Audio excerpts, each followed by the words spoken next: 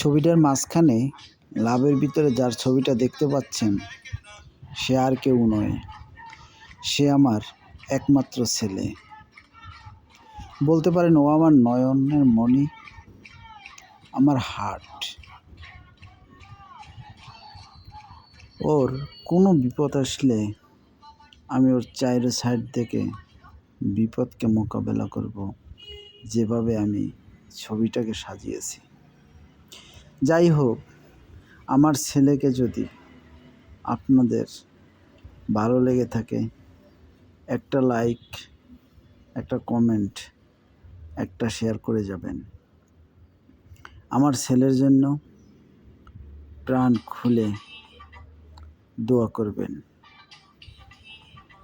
আমার চ্যানেলটিকে সাবস্ক্রাইব করে আপনার সহযোগিতার হাতটি আমার দিকে বাড়িয়ে দেবেন।